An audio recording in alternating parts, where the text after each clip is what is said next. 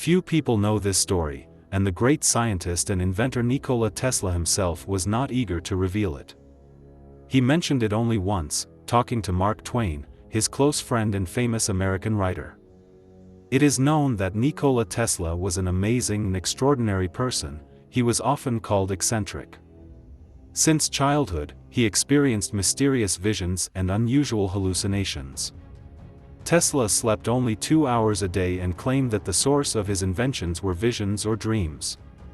In addition, he had a phenomenal memory. He could remember what he saw once for his entire life.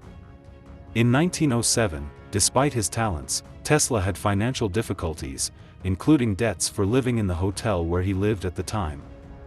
Inventions required significant investments.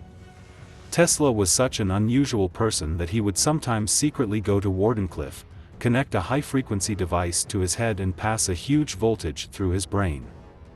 In an interview for famous newspapers, Tesla said, "I passed 150,000 volts through my head." After this, he usually fell into a lethargic sleep, which is a state similar to clinical death, lasts much longer than normal sleep, is little studied by scientists and is characterized by a slow metabolism. Unlike a coma, in this state the body is able to maintain life on its own. One of those days or nights when time seems indistinguishable, as it happens in a dream, Nikola Tesla wandered through the labyrinths of his consciousness, trying to organize his thoughts and calm his worries. Suddenly, Tesla felt that he was being closely watched. This sensation arose on the edge of his consciousness, which had never happened to him before. It took Tesla some time to identify the source of the surveillance, as his mind was still under his control, and he was eventually able to detect the presence of alien thoughts. If someone imagines the devil as a terrifying horned creature, then this idea is wrong. Perhaps in the material world the devil could have horns, but in the world of Tesla's visions he was only a clot of light, which slightly differed in spectrum and density from the surrounding space. This light was incomprehensible to Tesla. He could not comprehend it, he could not think about it. The light was a separate, isolated being inside his head. Feeling curious, Tesla decided to try to establish contact with this being. And this light entered into communication with the scientist's thoughts. Communication was not like an ordinary conversation, where one asks questions and the other answers them. This dialogue continued continuously, more resembling a sudden influx of information into consciousness, when new neural connections are quickly formed. Tesla understood everything at once. It was like an instantaneous insight, when everything becomes clear. And then it turned out that this light represented the devil.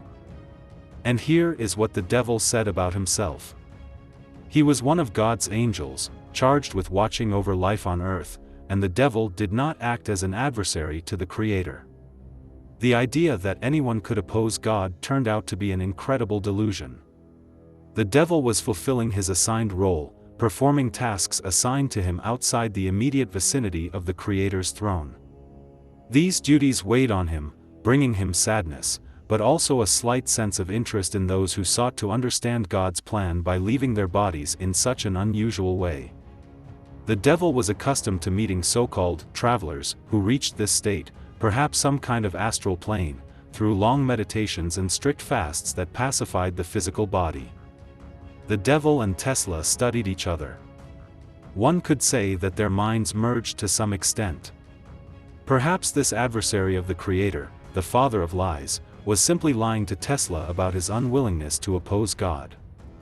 Tesla felt the power, the possibilities of his inventions and the strength they could give. He understood how they would change the world, the potential for good they could do, and the evil they could do. The ordeal filled him with terror. Tesla stepped back and the connection was cut off. His body spasmed and he felt himself falling onto something hard. When he came to, he was in a state of panic, his clothes were soaked with sweat, and his heart was beating wildly. Thanks to his photographic memory, he retained the memories of everything he experienced in that near-death state. He would return to that vision in his mind throughout his life. Yes, we know that Tesla could have changed the world dramatically. But it didn't happen. Atmospheric power transmission, death rays, none of these ideas were ever implemented as weapons or any necessary means. Tesla destroyed all his records. Although there is an assumption that the technology of atmospheric electricity really existed and was spread throughout many densely populated cities. And in our case, the devil was simply testing Tesla, offering him to feel the power and authority, and, according to Tesla himself, he was able to resist and at the right moment distract himself from the temptation. Now he is perceived as one of the greatest geniuses, and not as the greatest villain. In that conversation with Twain, Tesla opened up to the writer, saying that God exists, that the devil tempts people, testing their strength and revealing their true essence. He also expressed the idea that life does not end after death, that none of the people who have ever lived on Earth die completely. They are all nearby, here and now, with us. These are the revelations of Nikola Tesla. Of course, this story may be difficult to believe. Surely, among you there will be both skeptics and those who recognize this information as quite plausible. But it is likely that these revelations have some basis.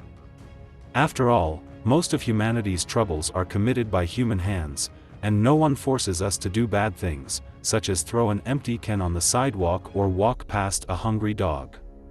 Perhaps this fallen angel was sent by the Creator to Earth as a kind of controller, testing people for moral fortitude, to see what they really are and what level their soul is. Nikola Tesla withstood the temptations of the devil. And who among you is capable of repeating this?